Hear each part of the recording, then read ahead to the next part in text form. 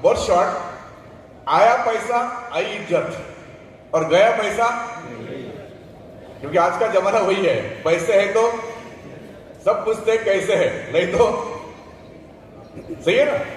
तो कानड़े सर के लिए मैं एक लाइन बोलना चाहता हूं। वैसे वो लाइन हर किसी के लिए है और हर किसी को वो अनुभव कभी ना कभी जीवन में बोला नहीं सर आया होगा। लाइन ये है,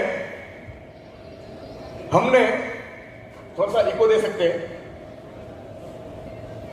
हमने चांद को काली घटाओं से निकलते हुए देखा है, हमने चांद को काली घटाओं से निकलते हुए देखा है, उगते हुए सूरज को डूबते हुए देखा है, उगते हुए सूरज को डूबते हुए देखा है।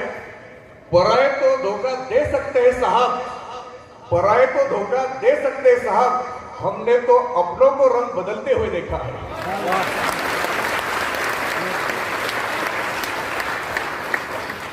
अगर दुनिया आपके साथ उनका सही रंग दिखाए, रंग ना बदले, इसलिए अपना खुद का रंग पक्का होना चाहिए। हेलो, मतलब अपने जेब में क्या होना चाहिए? पक्का पैसा होना चाहिए, ताकि लोगों को रंग बदलने का मौका ना मिले, नहीं तो अनुभव बहुत बुरे आते हैं। सही है ना राणा साहब? पहले के दिन मैच चलाते थे आप, उस समय के आपके रिश्तेदार, और आज नई कार में घूमते हैं आप। अब इस समय के रिश्तेदार तो वही है, लेकिन उनका आपके साथ रिश्ता बदल गया। सही है ना?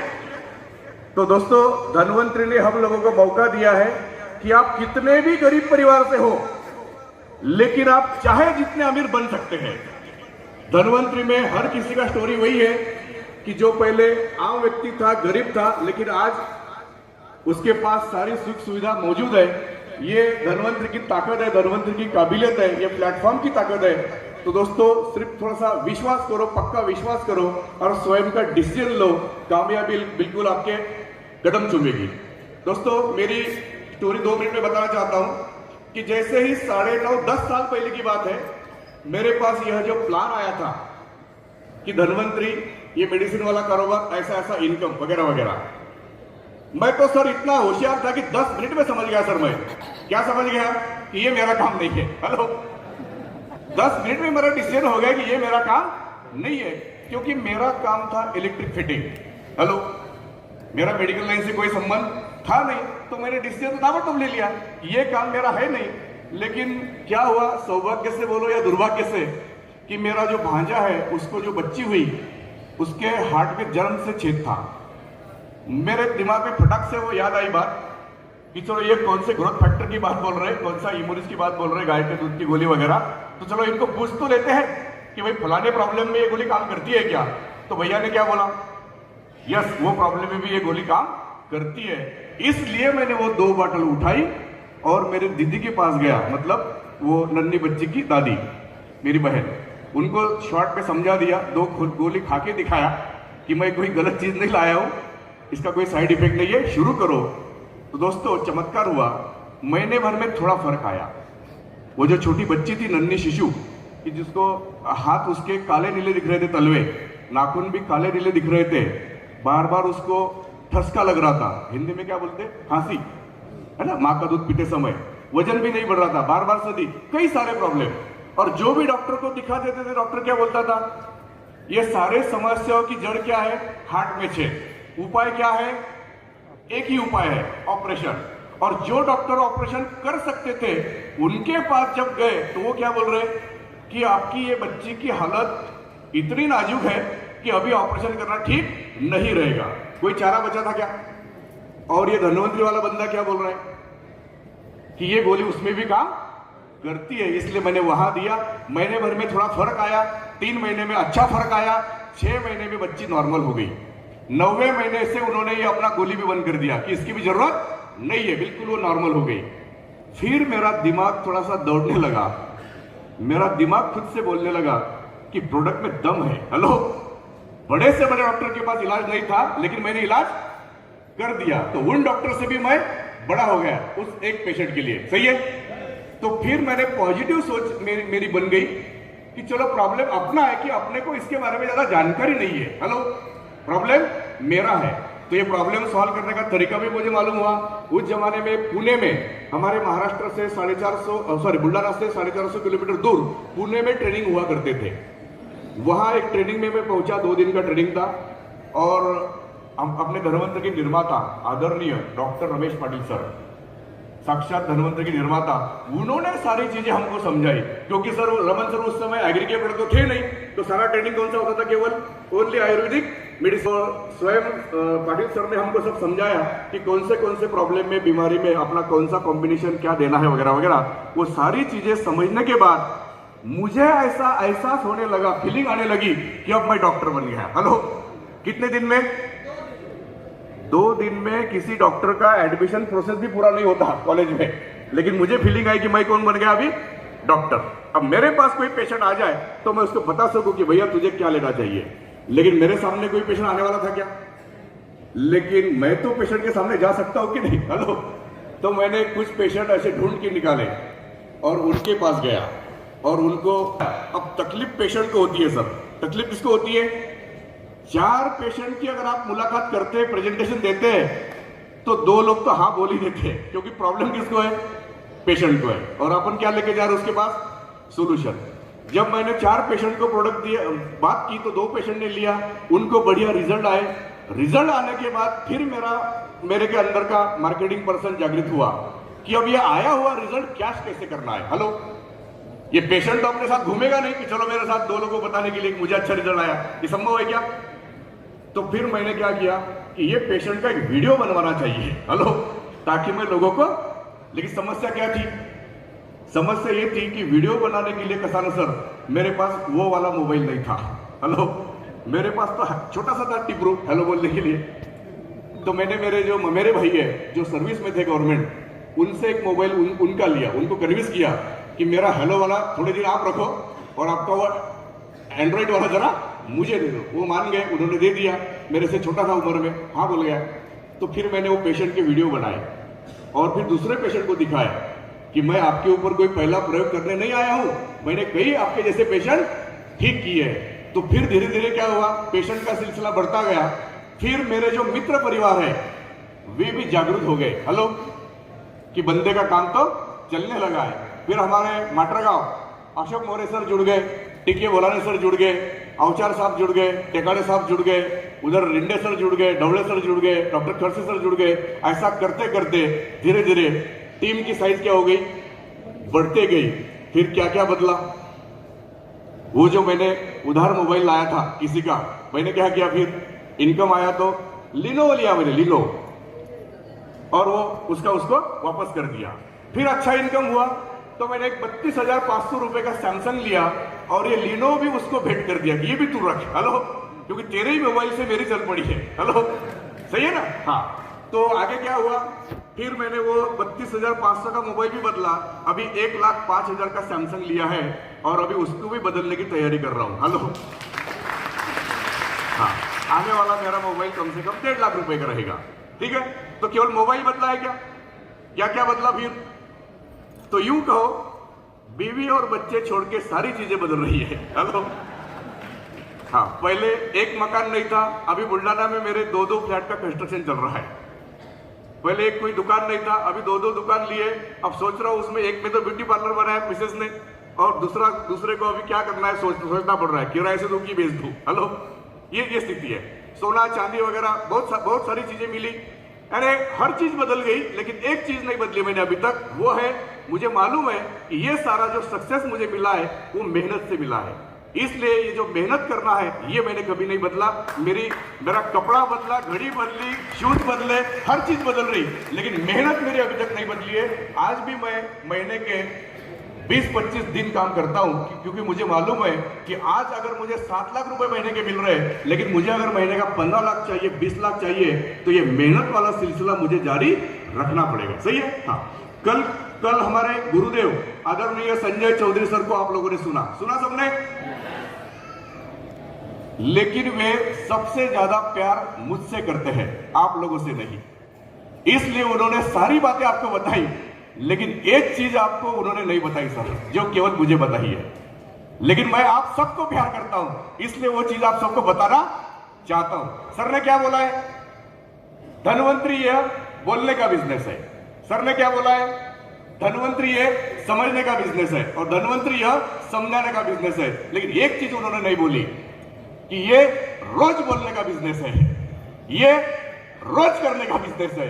ये चीज उन्होंने केवल मुझे बोली थी कि धनवंतरी कभी कभी बोलने का बिजनेस नहीं है, धनवंतरी की बैग उठा के कभी कभी किसी के घर जाने का बिजनेस नहीं है, धनवंतरी के मीटिंग में कभी कभी जाने का बिजनेस नहीं है, धनवंतरी रोज करना पड़ता है। तो आपको क्राउन एम्बेसडर बनने से कोई रोक नहीं सकता। मुझे लोग पूछते हैं कि आप में ऐसी क्या खासियत है, आपको कैसे ये सक्सेस मिला?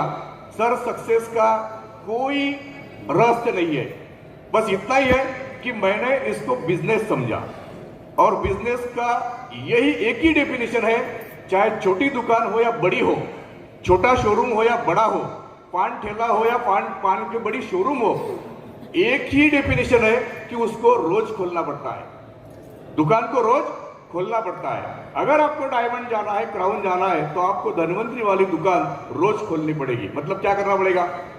अपनी बैग उठा के रोज कम से कम 2 लोगों को प्लान दिखाना पड़ेगा। ये सिलसिला जारी रखो, आपका हर 3 महीने 6 महीने प्रमोशन बनते रहेगा और आप कब डायमंड बनोगे पता भी नहीं चलेगा।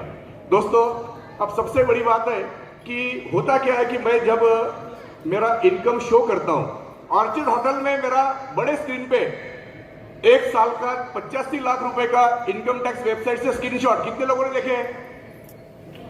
कई लोगों ने मेरा इनकम देखा है, original screenshot income tax website द्वारा। राठौर सर, बराबर। दिक्कत क्या होती है? ये देखने के बाद लोग बोलते हैं सर आपको 7 लाख रुपए मिल रहे हैं, इसमें हमको कोई डाउट नहीं है। हेलो, पक्का आपको मिल रहे हैं, लेकिन डाउट क्या है उसका कि ये 7 लाख इनकम हमको मिलेगा क्या? हेलो, मतलब प्रॉब्लम कहां है? विश्वास की कमी हो रही। दोस्तों, इस दुनिया में विश्वास की बहुत बड़ी ताकत है। मुझे आज भी याद है और मैं मेरे हर सेमिनार में, हर मीटिंग में यूपी के एक शख्स का नाम जरूर लेता हूं। क्या नाम है वो?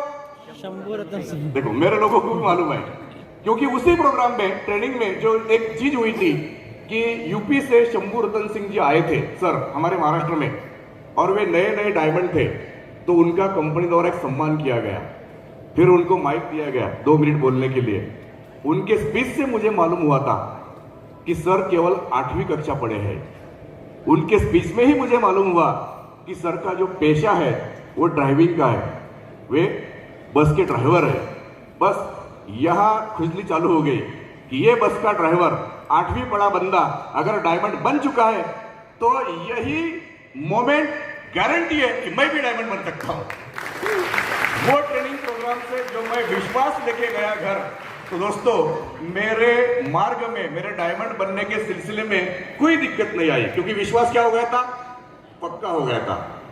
तो फिर यही विश्वास आप लोग घर लेके जाते हैं, यस मुझे भी डायमंड बनना है, तो आपको भी दुनिया की कोई ताकत रोक नहीं सकती।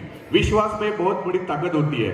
अब यहां से प्रोग्राम खत्म करने के बाद में, पूरा करने के बाद में, कई लोग अयोध्या, काशी वगैरह जा रहे हैं, सही है ना? हाँ, राम लल्ला जी के दर्शन करने जा रहे हैं। तो जाते जाते मैं विश्वास का एक एग्जाम्पल बताता हूं कि विश्वास में देखिए कैसी ताकत होती है।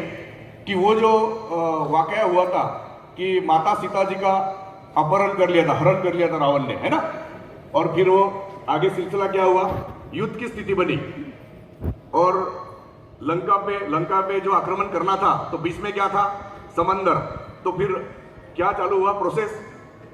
एक पुलिया का निर्माण चालू हुआ। क्या बोलते उसको? सेतु निर्माण। लेकिन उस जमाने में तो एक क्रेन मशीन वगैरह, सीमेंट वगैरह तो शायद थे नहीं, तो बड़ी दिक्कत थी ना। तो कैसे वो सेतु का निर्माण चालू हुआ कि उस पत्थर पे नाम लिखा जाता था राम जी द्वारा, श्री राम, और पत्थर को पानी में रखते थे, तो पत्थर क्या होता था? डूबता नहीं था, तैरता था, और ऐसे पुल का निर्माण चालू हो गया। कुछ गुप्त हेरों द्वारा ये सारा न्यूज जो है वो कहां पहुंच गई? रावण के राज्य में पहुंच गई कि हमारे राज्य पर ऐसा शत्रु आक्रमण करने आ रहा है और उनके पास इतनी बड़ी विद्या है कि बड़े से बड़े पत्थर पे अगर वो नाम लिखते हैं तो पानी में वो पत्थर डूबते नहीं। तो पब्लिक में जरा कुछ चालू हो गई, मतलब चर्चा चालू हो गई प्रजा का। रावण की जो प्रजा है उनका कॉन्फिडेंस थोड़ा लो होते गया। ये जो संभाषण है एक दूसरे में कि अपने राजा में तो ये विद्या नहीं है, फिर अपना कैसे होगा, लोग डरने लगे। धीरे धीरे ये बातचीत कहां तक पहुंच गई, उनके मंत्रियों तक पहुंच गई। फिर मंत्रियों ने रावण जी को बोला कि महाराज अपनी प्रजा जरा डर रही है, वो समझना चाहते कि आपके पास भी ये विद्या है कि नहीं। अब रावण उतना तो माहिर था, उसको मालूम था अगर मैं बोलूं मेरे पास नहीं है तो पूरे सैन्य का कॉन्फिडेंस लूज हो जाएगा। उसने बोल दिया चिंता की कोई बात नहीं, वो वाली विद्या बोले मेरे पास भी है। लेकिन केवल बोलने से बात नहीं बनती, तो क्या देना पड़ता है, हेलो, विश्वास के लिए क्या देना पड़ता है। आरपीएस 76 के बहुत बढ़िया रीजन है, बोलने से बात नहीं होती, कभी कभी डेमो देना पड़ता है। तो रावण ने बोल लिया कोई चिंता की बात नहीं, कल सुबह 9 बजे बोले समुद्र किनारे आ जाओ, जिनको देखना है मेरी विद्या। तो 200-250 लोग मंत्री कुछ आ गए वहां सुबह 9 बजे। और रावण ने सैनिकों को बोला जाओ, बोले लाओ 2 पत्थर। सैनिकों ने 2 पत्थर लाए और रावण के हाथ में दिए। रावण ने उसके ऊपर नाम लिखा रावण। डालो बोले पानी में, डूबेंगे नहीं बोले, ये वाली विद्या मेरे पास भी है। सैनिकों ने डरते डरते वो पत्थर पानी में रखे। सही में चमत्कार हुआ कि वो पत्थर डूबे नहीं। सारे वो 250-200 जो भी थे रावण का जय जयकार करने लगे, अपना राजा भी कुछ कम नहीं, रावण राजा आगे बढ़ो, हम तुम्हारे साथ है, वगैरह वगैरह वगैरह। और सारे लौट के आ गए घर। और रात को मंडोदरी, कौन थी रावण की पत्नी थी, उसने सब्जेक्ट निकाला कि बोले स्वामी मुझे मालूम है कि आपके पास कई सारे विद्या है, लेकिन बड़े यकीन के साथ कह सकती हूं कि वो सुबह वाली विद्या आपके पास नहीं है। फिर भी बताओ वो कैसे हुआ। हेलो, अब सवाल किसने पूछा था, पत्नी को सारी जानकारी रहती है पति के बारे में कि वो उसके पास क्या है क्या नहीं है, सही है ना। तो रावण ने बिल्कुल सच सच बोल दिया कि प्रिय ये तो मुझे भी मालूम है कि वो वाली विद्या मेरे पास नहीं है, लेकिन मैंने क्या किया, जब मैं पत्थर पे नाम लिख रहा था मेरा रावण, तभी मैंने मन ही मन में उस पत्थर को कसम दी कि हे पत्थर तुझे कसम है प्रभु श्री राम की, देखो डूबना नहीं। मतलब रावण का भी विश्वास किसके ऊपर था, प्रभु श्री राम के ऊपर उनका विश्वास था कि मेरा नाम लेने से कुछ नहीं चलेगा, किसका नाम लेना पड़ेगा। तो वैसे अगर आपको सक्सेस पाना है तो आपको विश्वास रखना पड़ेगा 101% अपने अपलाइन के ऊपर, अपने मैनेजमेंट के ऊपर, अपने हर प्रोडक्ट के ऊपर। वो विश्वास जितना तगड़ा रहेगा सक्सेस भी आपका उतना ही तगड़ा रहेगा। दोस्तों, तो यहां से जाते जाते क्या कीजिए, हर यहां आप बोलने वाला स्पीकर आप में विश्वास भरना चाहता है, तो आप भी क्या लेके जाइए, वो विश्वास पूरा भर के लेके जाइए। हमारे चौधरी सर ने, आदरणीय चौधरी सर ने कल बताया कि धन्वंतरी समंदर है। धन्वंतरी क्या है, समंदर है। समंदर में अगर हम पानी लाने के लिए पहुंचे तो कितना ला सकते हैं, समंदर के ऊपर डिपेंड है कि अपने ऊपर डिपेंड है। अगर कोई बाल्टी लेके गया तो कितना लेके आएगा, बाल्टी भर। और कोई हंडा लेके गया तो हंडा भर। और कोई लोटा लेके गया तो, और लोटे में भी एक छेद रहा तो छोटा, कितना आएगा पानी। छेद का मतलब क्या है, नेगेटिव विचार। नेगेटिव विचार कई प्रकार के होते हैं। एक नेगेटिव विचार, इनका क्या जाता है बोलने में, इनको तो लाखों मिल रहे, इनका तो चल गया, हेलो मेरा कहां से होगा। ये विचार पॉजिटिव है कि नेगेटिव है, तो पॉजिटिव विचार कौन सा है, ये कर पाए तो मैं क्यों नहीं कर पाऊंगा, हेलो ये कैसा विचार है, ये आदमी में जोश भरता है। दुनिया भर का रिकॉर्ड है दोस्तों। कल हम नाश्ता करते करते, खाना खाते खाते क्रिकेट का मैच देख रहे थे, तो मुझे एक चीज याद आई कि ऐसा बोला जाता है कि वनडे का जो क्रिकेट इतिहास है, वनडे का, वर्ल्ड का, उसमें सबसे पहले 200 रन वनडे में किस बल्लेबाज ने लगाए। प्राउड फील करते हैं हम लोग कि हमारा सचिन तेंदुलकर, उसने 200 रन लगाए वनडे में।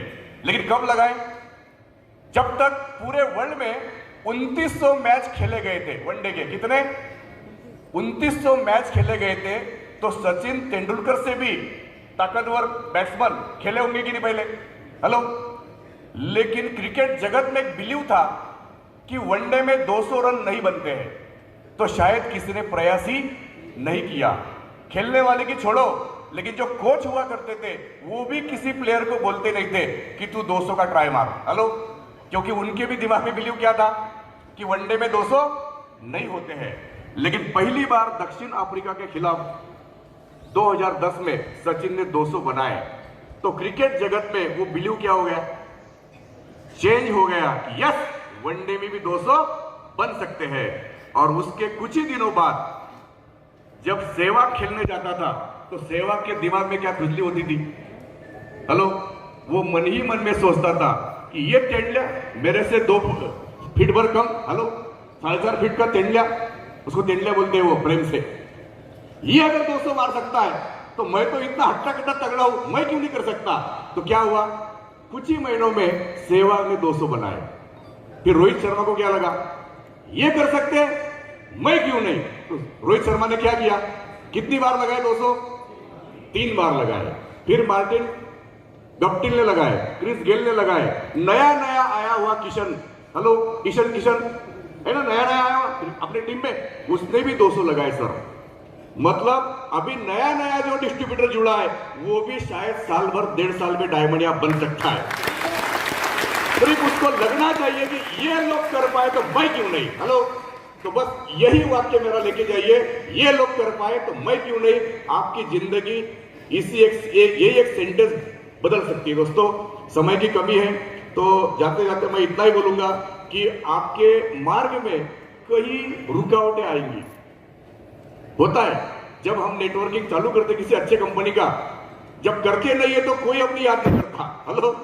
जब आप कुछ करते नहीं तो खास कोई आपको याद नहीं करता, लेकिन जब आप चल पड़ते हैं तो बीच में लोग रुकावटें डालते हैं। कौन सी रुकावटें, कोई आपका रिश्तेदार कोई दोस्त आके बोलता है कि तेरा धनवंती चल रहा है ना, साथ साथ में मेरा भी ये कंपनी का भी काम कर, तुझे डबल पैसा मिलेगा। ऐसा होता है क्या?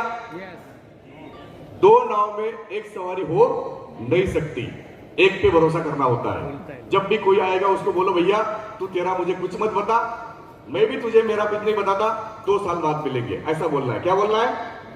2 साल बाद मिलेंगे। क्यों बोलना है ऐसा? मैं आपको लिख के देता हूं कि 2 साल बाद वो आपको मिलेगा नहीं। अगर मिल भी गया तो उसको बोलना कि अभी ये तू 2 साल पहले वाला ही प्लान चल रहा है कि दूसरा चल रहा है। वो क्या बोलता है, अभी तो मेरा तीसरा चल रहा है, हेलो। मतलब जो 2 साल एक कंपनी में टिकता नहीं या उसकी कंपनी 2 साल तक टिकती नहीं, ऐसे कंपनी का प्लान समझने के लिए अपना फालतू का 1 घंटा खर्च करना है क्या? तो पूरा विश्वास हमारा कहां होना चाहिए कि मुझे डायमंड बनना है, मुझे क्राउन बनना है, लेकिन कौन सी कंपनी में बनना है? ओनली धनवंतरी। कौन सी कंपनी में बनना है? ओनली धनवंतरी। देखो दोस्तों, एक आदमी का देहांत हुआ, उसने बहुत ही पूजा अर्चा की थी, बहुत अगरबत्तियां जलाई थी, तो उसका अपेक्षा थी कि मेरा नंबर कहां लगेगा, ऊपर नर्क में लगेगा कि स्वर्ग में लगेगा, हेलो।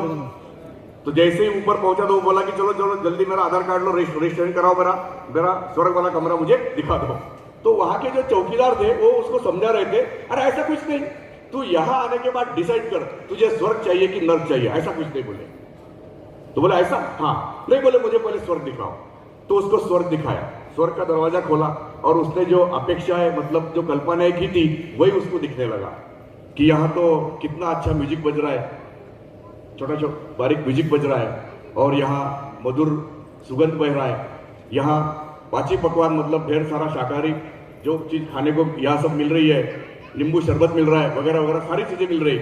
तो उसको बड़ा अच्छा लगा कि स्वर्ग मैंने जैसी कल्पना की थी वैसा ही दिख रहा है। कुछ अप्सराएं क्लासिकल डांस कर रही थी लिमिटेशन में। तो वो चौकीदार उसको क्या बोलता है कि भैया ये स्वर्ग आपने देख लिया, लेकिन बोले आए हो इतने सालों के बाद, ये दोबारा मौका नहीं मिलता, हेलो। आदमी ऊपर कितनी बार पहुंचता है? अब आए हो बोले एक बार तो हमारा नर्क देख तो लो। क्या बोलता है वो? देख तो लो।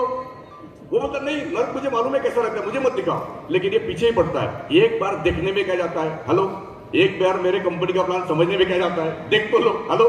बोलते हैं लोग ऐसा, तो फिर वो मान जाता है, चलो बोले तेरा नर्क भी दिखाओ, देखने में क्या है, बोले देख ले देख बार। जैसे ही नर्क का दरवाजा खोलता है, इसको तो आश्चर्य का झटका ही बैठता है। वहां तो एक बारीक म्यूजिक बज रहा था क्लासिकल, यहां तो ढ्या ढ्या डीजे बज रहा है नर्क में। उधर तो केवल शुद्ध शाकाहारी भोजन चल रहा था, इधर तो हर चीज वेज नॉनवेज सब मौजूद थी। उधर तो केवल नींबू शरबत पे बात चल रही थी, हेलो। इधर तो जो ब्रांड उसने कभी देखे भी नहीं थे, केवल सुने थे, वो भी परोसे जा रहे थे, वो भी मौजूद थे। उधर तो केवल देशी अप्सरा डांस कर रही थी क्लासिकल, इधर तो रशियन अमेरिकन अप्सरा भी डांस कर रही थी, इधर तो मसाज की भी फैसिलिटी मिल रही थी। अब उसको पूछा गया, अब बताओ कि आपको स्वर्ग चाहिए कि नर्क चाहिए? इसका जवाब क्या था? यहां आने के बाद पता चला कि स्वर्ग से भी अच्छा क्या है। तो बोले जल्दी ले ले मेरा आधार कार्ड और मेरा रजिस्ट्रेशन कर ले, जाने दे मुझे जल्दी नर्क में। तो जैसे उसका आधार कार्ड लिया, नाम नोट किया, उसको नर्क में भेज दिया, वैसे ही वो चौकीदार ने पीछे का जो मेन स्विच था वो स्विच ऑफ कर दिया। अभी जितनी भी लाइटिंग थी वो काय में तब्दील हो गई, घना अंधेरा। अब तो वो सांप, कीड़े मकोड़े और वो बदबू, जो भी उसने नर्क की कल्पना करते हैं ना, वो सारा उसको महसूस होने लगा। अब चिल्लाने लगा, चीटिंग चीटिंग चीटिंग बोले, मेरे साथ चीटिंग हो गई। तुम लोगों ने बोले 10 मिनट पहले मुझे जो दिखाया था वो क्या